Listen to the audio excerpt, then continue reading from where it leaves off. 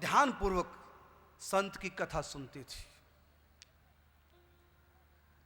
और जब गुरुदेव शालिग्राम भगवान की सेवा करते थे, दोनों छोटी छोटी बालिका 8-8 साल की दोनों की आयु है, सेवा करते दोनों को देखती थी, बड़ी प्रसन्न होती। इनके मन में भी बार बार कथाएं सुन करके, सत्संग सुन करके, ठाकुर पूजा सेवा देख देख करके अनुराग हो गया सेवा से, भक्ति से, कि हम भी भक्ति करें, हम भी सेवा करें।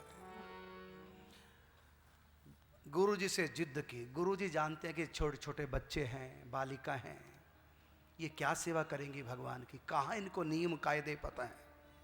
मना किया, लेकिन दोनों बालिकाएं रोने लग गई। दोनों का प्रेम देख करके, दोनों का रुदन सुन करके मन में आया गुरुदेव भगवान के कि भले ये अनभिज्ञ है, अनजान है, लेकिन किसी ना किसी जन्म की बहुत ऊंची भक्त रही होंगी जो भगवान के लिए रो रही है। इतना इनका अनुराग है बचपन से ही, इसलिए इनको ठाकुर देने चाहिए। फिर सोचा, भले कितना भी इनका अनुराग है, ये ठाकुर सेवा नियम से नहीं कर पाएंगी, पवित्रता पूर्वक नहीं कर पाएंगी, क्या किया जाए। तो संत ने, गुरु ने बीच वाला रास्ता अपनाया। ठाकुर जी नहीं दिए, शौच करने के लिए जंगल में गए, रास्ते से नदी के 2 पत्थर उठा लाए। शालिग्राम नहीं दिए। शालिग्राम तो साक्षात भगवान का स्वरूप होते। ये तो वृंदा की कृपा से हमको शालिग्राम भगवान प्राप्त हुए। ये दुर्लभ है शिला शालिग्राम की। चलो इनकी महिमा नहीं सुनाएंगे, आगे कथा बढ़ाते हैं। तो शालिग्राम नहीं दिए, शौच करने के लिए जंगल में गए, वापसी में नदी से 2 पत्थर के टुकड़े उठा लाए। दियो सीला टूक लेके नाम कही दियो वही, कीजिए लगाई मन मति भव पर की। बेटी, ये 2 ठाकुर लाया हूं मैं तुम्हारे लिए, जबकि ठाकुर जी नहीं थे, साधारण पत्थर था। ध्यान रखना, बहुत लोग कहते हैं कि हाँ, कि सनातनी पत्थर को पूजा करते, हम पत्थरों की पूजा नहीं करते। पत्थर तो बहुत हैं संसार में, हम हर पत्थर को नहीं पूजते। हमारे घर में भी पत्थर लगे हैं, उन पत्थरों को नहीं पूजते। हमारी लैट्रिन में भी पत्थर लगे, हम पत्थरों को नहीं पूजते। हमारे घर में ड्राइंग रूम में सब जगह पत्थर लगे हैं, हम पत्थरों को नहीं पूजते। उन पत्थरों को कहाँ हम पूजते हैं? हम तो केवल उनको पूजते हैं जिनमें प्राण प्रतिष्ठा हो चुकी है। जब खदान में था पत्थर था, जब खदान में था तो पाषाण था, जब दुकान में आया तो मूर्ति बना। हम लोग मूर्ति की पूजा भी नहीं करते, ना पत्थर की करते हैं। कौन जाता है पत्थर को पूजने? हम लोग पत्थरों की पूजा नहीं करते। खदान में कितने पत्थर हैं, हम लोग पत्थरों खरीद करके अपने घर में बिछाते हैं, फर्श बनाते हैं पत्थरों का। कहाँ हम उन पत्थरों की पूजा करते हैं? हमने पत्थर को पत्थर माना है, इसलिए हम पत्थर की पूजा नहीं करते। वही पत्थर जब मूर्ति बन जाता है, उस मूर्ति की भी हम नहीं पूजा करते। दुकान में कितनी मूर्तियां हैं, हम किसी मूर्ति को आगे सर नहीं झुकाते, किसी की पूजा नहीं करते। वो मूर्ति खरीद करके जब प्रतिष्ठित होती है, वैदिक मंत्रों से उनमें जब भगवान का आवाहन किया जाता है, उनमें जब भगवान की शक्ति उतर के आ जाती है, जब उनमें प्राण प्रतिष्ठा हो जाती है, फिर वो ना पत्थर रहा, ना वो मूर्ति रही, बल्कि वो भगवान का स्वरूप हो चुकी होती है। हम उस भगवान को मानते हैं जिसमें प्राण की प्रतिष्ठा हुई। वो पत्थर पत्थर नहीं रहा। जैसे जो लकड़ी आग में चली गई, वो लकड़ी नहीं रही, क्या बन गई? आग बन गई। जो लकड़ी आग में चली गई, हम लकड़ियों में आहुति नहीं देते। लकड़ियां जब जलकर जब अग्नि बन जाती, हम अग्नि में आहुति देते हैं। इसी प्रकार से हम पत्थर की पूजा नहीं करते। उस पत्थर में जब ज्योत जगती है भगवान की, तब हम उसकी उपासना करते हैं, भगवान की उपासना करते हैं। इसलिए खबरदार, कोई हमको कहे कि मूर्ति पूजक है या पत्थर पूजक है, हम भगवान की पूजा करते हैं। इसलिए कहा, जिन आंखें दी खुदा ने, जिनको आंखें दी खुदा ने, वो पत्थर में खुदा देखें। जिनका दिल ही पत्थर है, भला पत्थर में क्या देखें? समझो इसको। हम मूर्ति पूजा नहीं करते, दुकानों में मथुरा जाओ, वृंदावन जाओ, सब दुकानें मूर्तियां रखी पड़ी, हम किसी मूर्ति की पूजा नहीं करते। मूर्ति को खरीदते हैं, भगवान खरीदे नहीं जाते।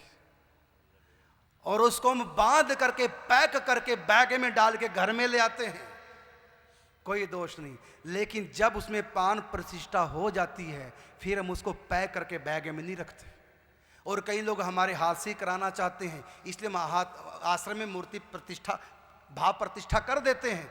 लेकिन हम कहते हैं कि अगर तुम प्रतिष्ठा करवा रहे हो, अब बैग में पैक करके नहीं डालना भी इसको, क्योंकि इसमें भगवान का प्रवेश हो चुका है। फिर डलिया में लोग उठा के लाते हैं। तो हमारे यहाँ भी मूर्ति पूजा नहीं है, ना हमारे यहाँ पत्थर पूजा है, हमारे यहाँ भगवान की पूजा होती है। और फिर कैसे कैसे चमत्कार, देखिए यहां पर क्या लीला हुई है। साधारण पत्थर थे, यद्यपि वैदिक मंत्रों से उनमें प्राण प्रतिष्ठा नहीं हुई, लेकिन दो प्रकार की प्रतिष्ठा मूर्ति में होती हैं। एक तो वैदिक रीति से प्राण प्रतिष्ठा, एक भाव की रीति से भाव प्रतिष्ठा प्राण प्रतिष्ठा होती है। तो उसमें वैदिक मंत्रों से प्राण प्रतिष्ठा तो नहीं हुई थी, लेकिन भाव प्रतिष्ठा हो चुकी थी। उन्होंने मान लिया कि यही मेरे भगवान हैं। जिमीदार की बेटी ने भी और चंद्रलेखा राजकुमारी ने भी, दोनों पूजा करती, वस्त्र स्नान कराती, वस्त्र अलंकारों से सुसज्जित अलंकृत करती, भोग लगाती, आरती उतारती, अपने संग लेकर के अपने प्रियतम श्याम सुंदर को सो जाती। लोगों की दृष्टि में पत्थर था, उस पंडित की दृष्टि, संत की दृष्टि में भी पत्थर था, वो घर वालों की दृष्टि में भी पत्थर था, लेकिन इन दोनों की दृष्टि में वो पत्थर नहीं था, उनके ठाकुर जी थे। भक्तमाल टीकाकार लिखते हैं, करत करत अनुराग बढ़ गयो भारी, करत करत अनुराग बढ़ गयो भारी, बड़ी ही विचित्र रीति यही शोभा सार की, बड़ी ही विचित्र रीति यही शोभा सार का मतलब भगवान की यही विचित्र रीति है। क्या? जहां जो इनको मानेगा ये वहीं प्रकट हो जाते हैं। हरि व्यापक सर्वत्र समाना, लेकिन प्रेम से प्रकट हो ही मैं जाना। अग्नि सब जगह है, लेकिन प्रकट कहां होगी? जहां पर घर्षण किया जाएगा माच की तिल्ली से। इसी प्रकार सब जगह है, हवा सब जगह है, लेकिन हमारा पसीना कौन सी हवा सुखाएगी? जो पंखे से आएगी। समझ गए ना? हवा सब जगह है और हमको टच भी कर रही है, लेकिन हमारा पसीना नहीं सूखेगा। कौन सी हवा से सूखेगा? जो पंखे से निकल के आएगी, जो एसी से निकल के आएगी, वही हवा हमारे लिए जो प्रकट होके आएगी। इसी प्रकार परमात्मा तो वायु की तरह सर्वत्र व्याप्त हैं, हरि व्यापक सर्वत्र समाना, लेकिन प्रेम की ऐसी से जो हवा आएगी, जो भगवान आएंगे, वो प्रकट हमको दर्शन देंगे। इसलिए यहां भाव की मुख्यता है। यहां पर भाव दिखाया है, यद्यपि वो साधारण पत्थर था, लेकिन भाव हो गया भगवान का। कहा कि करत करत अर्थात सेवा करते करते अनुराग बढ़ गयो, प्रेम बढ़ गया। और ये विचित्र भगवान की रीति, जहां भी कोई मानता वहीं से प्रकट हो जाते हैं। प्रहलाद ने खंबे से माना, खंबे से प्रकट हो गए। जहां जो मानता है, इन्होंने साधारण पत्थर के टुकड़ों में भगवान मान लिया। अब इनको क्या होता? अब इनके लिए वो पत्थर नहीं रहा, इनको उस शिला टूक में साक्षात श्याम सुंदर की झांकी होने लगी। उनके दर्शन होते, इनके हाथों से भगवान भोग लगाते, अपने हृदय पे रख करके रात्रि को सोती थी दोनों। जिमीदार की बेटी अपने घर रहती थी, उनके माता पिता मर चुके थे, भाई थे उनके दो, उनके पास रहती थी छोटे भाई के यहाँ। ये राजकुमारी, इसका विवाह तो बचपन में हो चुका था, अभी इसका गौना मुकलावा नहीं हुआ था, रहती थी अपने माता पिता के पास। समय आया, पतिदेव लेने आ गए हैं, गोने की विदाई कराने के लिए पतिदेव आ गए हैं।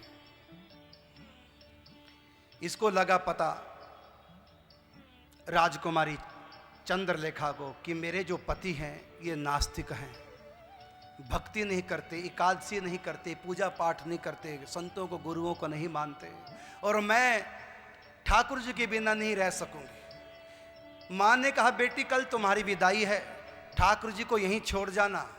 सुनती उसके तो प्राण लगे छटपटाने। चंद्रलेखा कि माँ ये आप क्या कह रही है, मैं ठाकुर जी को अपने संग ले जाऊंगी, नहीं तो ससुराल नहीं जाऊंगी। और मैंने सुना है कि मेरे पतिदेव नास्तिक हैं, वो मुझको भक्ति नहीं होने देंगे, मेरी पूजा नहीं मेरे ठाकुर जी की होने देंगे। इसलिए मैं अपने साथ भी कैसे ले जाऊं। अपने साथ इसलिए नहीं ले जा सकती कि मेरे पति भक्ति के विरोधियां विमुख हैं। यहां इसलिए नहीं रख सकती, मायके में अपने ठाकुर जी को इनके बिना मैं नहीं रह पाऊंगी, मेरे प्राण बसते हैं इनके भीतर। इसलिए माँ मैं दुनिया के सुखों को तिलांजलि दे सकती हूं, लेकिन अपने गोपाल को नहीं छोड़ूंगी, मैं ससुराल जाऊंगी नहीं। माँ ने समझाया कि बेटी ऐसे थोड़ी होता है। अबला क्या लड़की करती, उसको मजबूरी में ससुराल जाना पड़ा। लेकिन माँ से कह दे माँ एक शर्त पे मैं ससुराल जाऊंगी, ठाकुर दहेज में कुछ दो चाहे ना दो, ठाकुर जी मेरे साथ होंगे।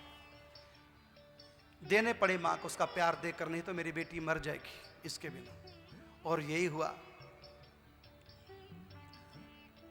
ठाकुर जी को अपनी डोली में बैठा लिया, विदा हो गए।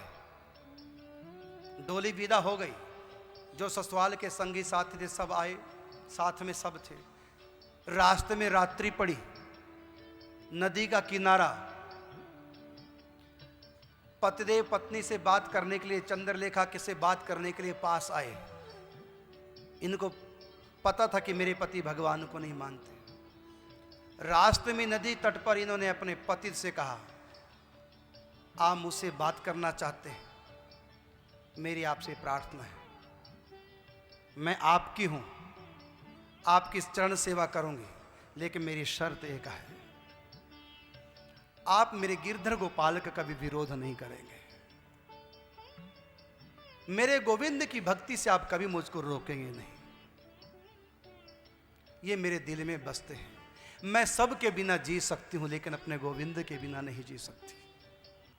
ये मेरे ठाकुर है, मेरे हृदय सम्राट हैं। आप मुझको भक्ति से नहीं रोकना। मेरी आपके चरणों में गिड़गिड़ा कर रो रो के प्रार्थना है। और मेरी दूसरी प्रार्थना है कि आप भी भगवान का भजन कीजिए, आप भी गुरु बनाइए। ये संसार सदा के लिए नहीं है। मैं भी मृत्यु लोक की रहने वाली, तुम भी मृत्यु लोक के रहने वाले। एक दिन दोनों को दुनिया छोड़ के चले जाना है। इससे तो आगे भजन ही है साथी, हरि के भजन बिन अकेला रहेगा। अरे मन ये 2 दिन का मेला रहेगा, कायम ना जग का झमेला रहेगा। मैं आपसे प्यार करूंगी, आपका साथ दूंगी, लेकिन मेरी प्रार्थना है कि मानव जन्म जिस लिए मिला है, गृहस्थ में रह करके हमको अपना लक्ष्य नहीं भूलना है। वो प्रेम से अपने पति को अपने अनुकूल बनाना चाहती थी, उसका लोक परलोक संवारना चाहती थी, लेकिन वो नास्तिकता मूर्ख था। उसको पत्नी की ये प्रिय बातें भी वज्र के सदृश कठोर लगी, और उसी समय क्रोध के आवेश में आकर के उसके ठाकुर जी का पिटारा उठाया और नदी में बहा दिया, फेंक दिया। रो रो करके इसने अपना बुरा हाल कर लिया। जो उसको डर था, जो उसको खतरा था, वही हो गया। पहले दिन हो गया। प्राण लगे छटपटाने, कूदने के लिए ठाकुर जी के संग ये भी नदी की तरफ भागी। पति ने पकड़ा, कहां मरने जा रही हो। अबला क्या करती, इसके तो प्राण ठाकुर जी के संग ही जा रहे थे। पति ने रोका, कैसे भी समझाया, लेकिन इसकी समझ में नहीं आया। अगले रात इसने रो रो के काटी। अगले दिन सुबह सुबह फिर डोली उठाई, ससुराल पहुंच गए।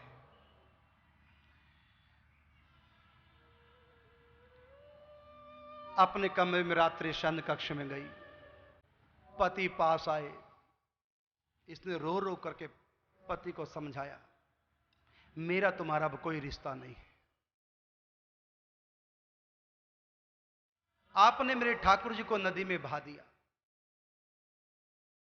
अब मैं तुमसे प्रेम नहीं करूंगी। जिस घर से मेरी डोली उठी है, अब उस घर में भी मैं लौट के नहीं जाऊंगी। जहां तुमने मेरे ठाकुर जी को फेंका था, मुझको भी वही नदी में फेंक दो। पति बहुत पछताया कि मुझको नहीं पता देवी तुम इतना प्यार करती हो भगवान से, गलती होगी क्षमा करना। अब तो ठाकुर जी आएंगे नहीं, बह करके पटारी कहां चली गई, और तुम्हारे लिए ठाकुर जी ले आऊंगा, और सुंदर सी मूर्ति लाऊंगा तुम्हारे लिए, तुम रो मत, कुछ खा पी लो। आज इसको 3 दिन बीत गए, ना सोई ना खाया ना पिया, केवल रोना ही रोना, रोना ही रोना। एक दिन सरकारी काम से घर से बाहर गए, महल से बाहर गए, पति चंद्रलेखा के। सास तो ननद तो देख ही रही थी कि 3 दिन से रो रही है। सास ननद यही सोचती थी कि नई नई बहू आई है, मायके की याद इसको आ रही है, अपने माता पिता भाई बहन के लिए रो रही है। चलो कोई बात नहीं, सहज है, स्वाभाविक ही है, बहू बेटियां रोती हैं, नई नई होती है, याद आ रही है। लेकिन एक दिन रात्रि की बात, पति था नहीं वहां पर, अकेली अपने कमरे में थी, रो रो करके भगवान से प्रार्थना कर रही थी।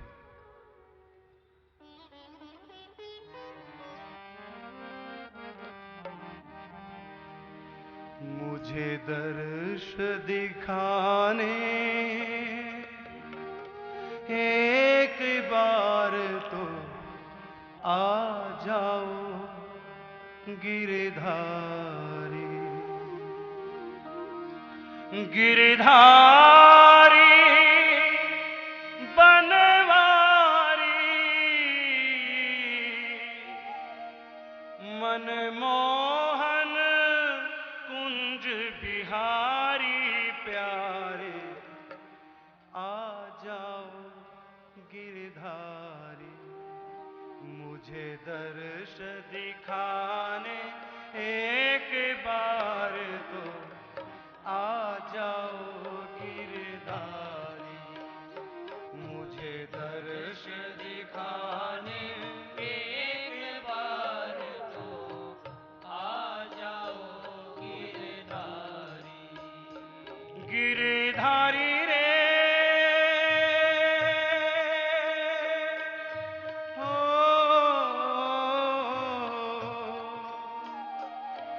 गिरधारी बनवारी, मनमोहन कुंज बिहारी प्यारे, आ जाओ गिरधारी। मुझे दर्श दिखाने एक बार तो आ जाओ गिरधारी। जग सारा सोए जब खिली खिली रात में, जग सारा सोए जब खिली खिली रात में, 100 बार याद करूं एक एक बात में, 100 बार याद करूं एक एक बात में।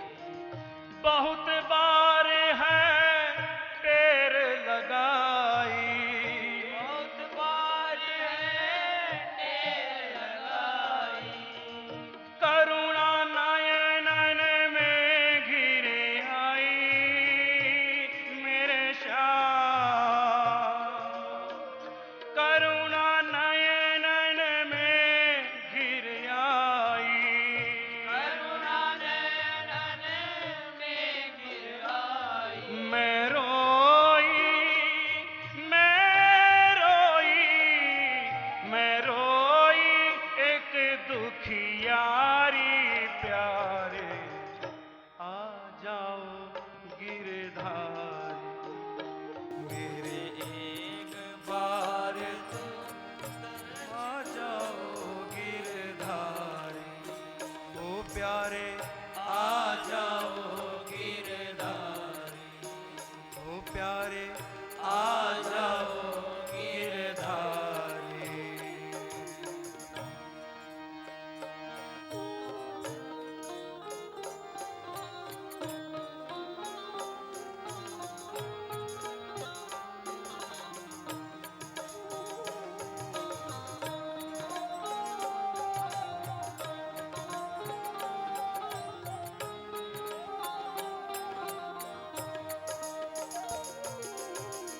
राह देखत अखियां पथराई,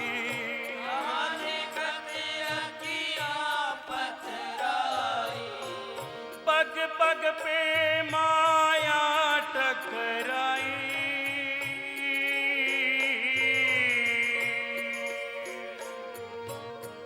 राह देखत अखियां पथराई,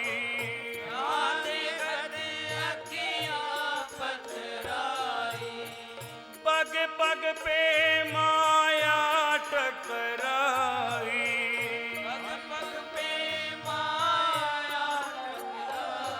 ये देखो, ये देखो, ये देखो दशा हमारी प्यारे, आ जाओ गिरधारी, मुझे दर्श दिखाने एक बार तो आ जाओ गिरधारी। ओ प्यारे आ जाओ गिरधारी, ओ मोहना आ जाओ गिरधारी। गिरधारी रे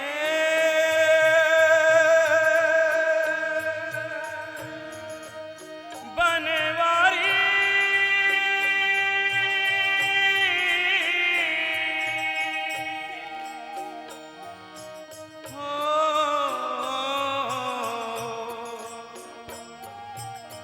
प्यार करो चाहे ठुकरा दो,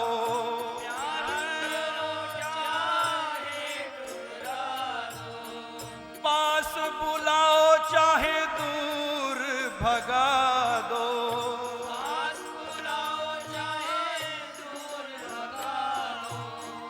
पास बुलाओ चाहे दूर भगा दो, मेरे श्याम।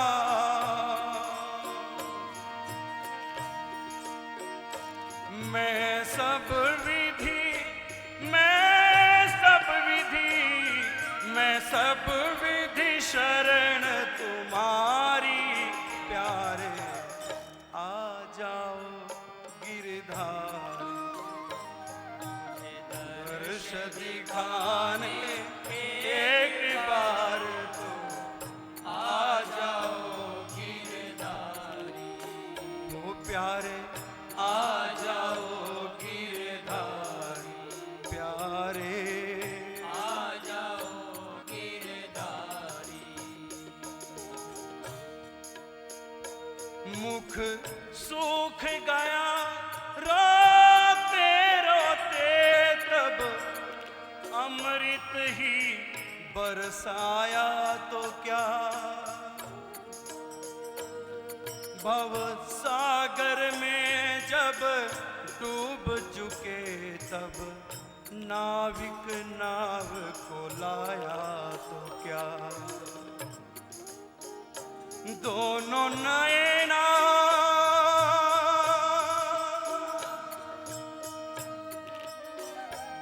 दोनों नैना बंद हमारे हुए,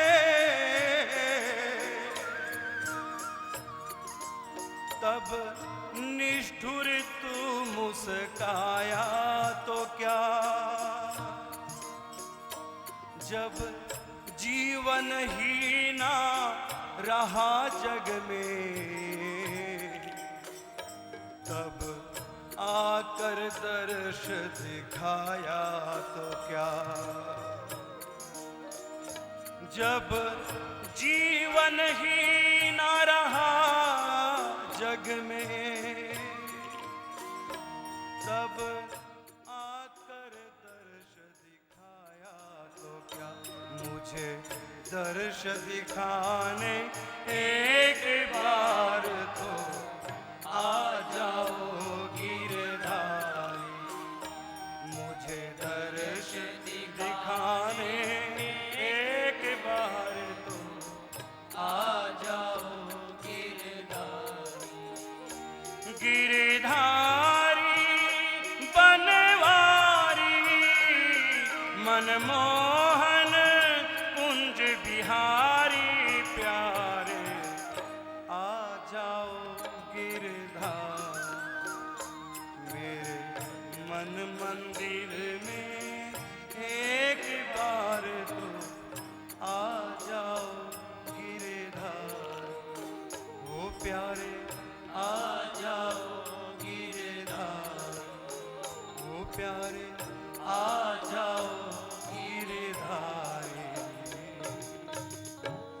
रात्रि को 2 बजे उठ करके रो रो करके अपने गिरधर गोपाल से प्रार्थना कर रही थी। सास के कमरे तक रोने की आवाज पहुंच गई। सास ने सुना बहू की पुकार को। अब तक सास यही सोचती थी कि माँ बाप की, भाई बहनों की याद करके रोती है। अब उसको भेद लगा पता कि ये भगवान की भक्त है, भगवान के लिए रो रही है। शेष कथा कल सुनाएंगे, आगे कथा चंद्रलेखा की। आओ अब सब आरती करें। श्री राधे। आज की जो यजमान हैं सैनी परिवार, मेरी आवाज सुन रहे हो, श्री जरनैल सैनी जी और सुनील सैनी जी, नरेश सैनी जी, उनके परिवारगण जितने भी आज के मुख्य यजमान हैं, मेरी प्रार्थना है कार्यकर्ताओं से कि इनको मंच पर लाएं और आरती की तैयारी करें। जय श्री राधे, जय श्री कृष्ण। जय श्री राधे। अभी आपने महाराज श्री के श्रीमुख से कथा का श्रवण पान किया। भक्तमाल कथा का उद्भव और कुरुक्षेत्र स्थान की महिमा। मुझे पूर्ण ऐसा विश्वास है कि जितने सुंदर रीति से आज हमें जानकारी मिली, हमें पहले कभी नहीं मिली होगी। मैं आज के मुख्य यजमान जरनैल सैनी जी, वेद प्रकाश जी से निवेदन करता हूं, कृपया वे मंच पे आरती के लिए पहुंचे। और आज के हमारे मुख्य अतिथि विश्व हिंदू परिषद भारतीय जनता पार्टी के जिला अध्यक्ष धूमन सिंह जी किरमिच, उनके साथी जितेंद्र अग्रवाल जी जो अध्यक्ष हैं निगरानी समिति के, और महेंद्र सिंह जी जो जिला खेल प्रकोष्ठ के अध्यक्ष हैं, और गोपाल जी मंडल सचिव हमारे मध्य में आए हुए हैं। उनसे गाओ भक्त माल की सुन सुन सुन सुन हृदय बसाओ भक्तो, कर भक्ति सुख पाओ भक्तो। आरती गाओ भक्त माल की, सुन सुन हृदय बसाओ भक्तो, कर भक्ति सुख पाओ भक्तो। हो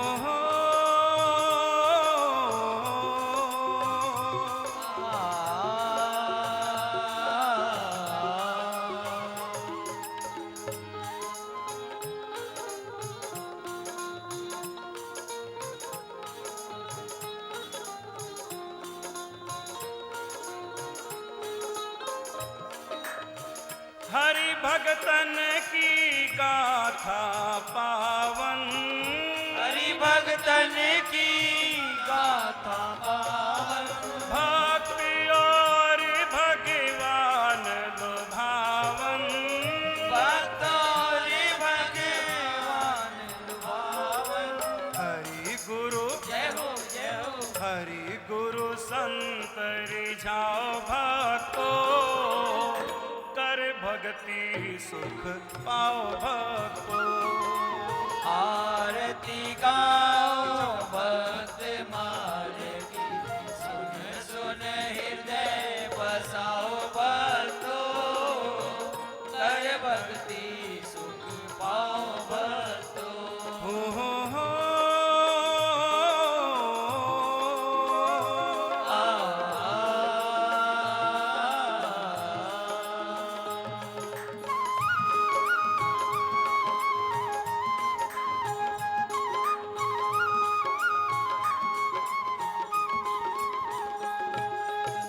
भक्त माल जे सुने सुनावे, भक्त माल जे सुने सुनावे, भक्त माल जे सुने सुनावे, भक्त माल जे सुने सुनावे, प्रेमा भक्ति हृदय में आवे, प्रेमा भक्ति हृदय में आवे। हरि सो जय हो जय हो। हरि सोने लगाओ भक्तो, कर भक्ति सुख पाओ भक्तो।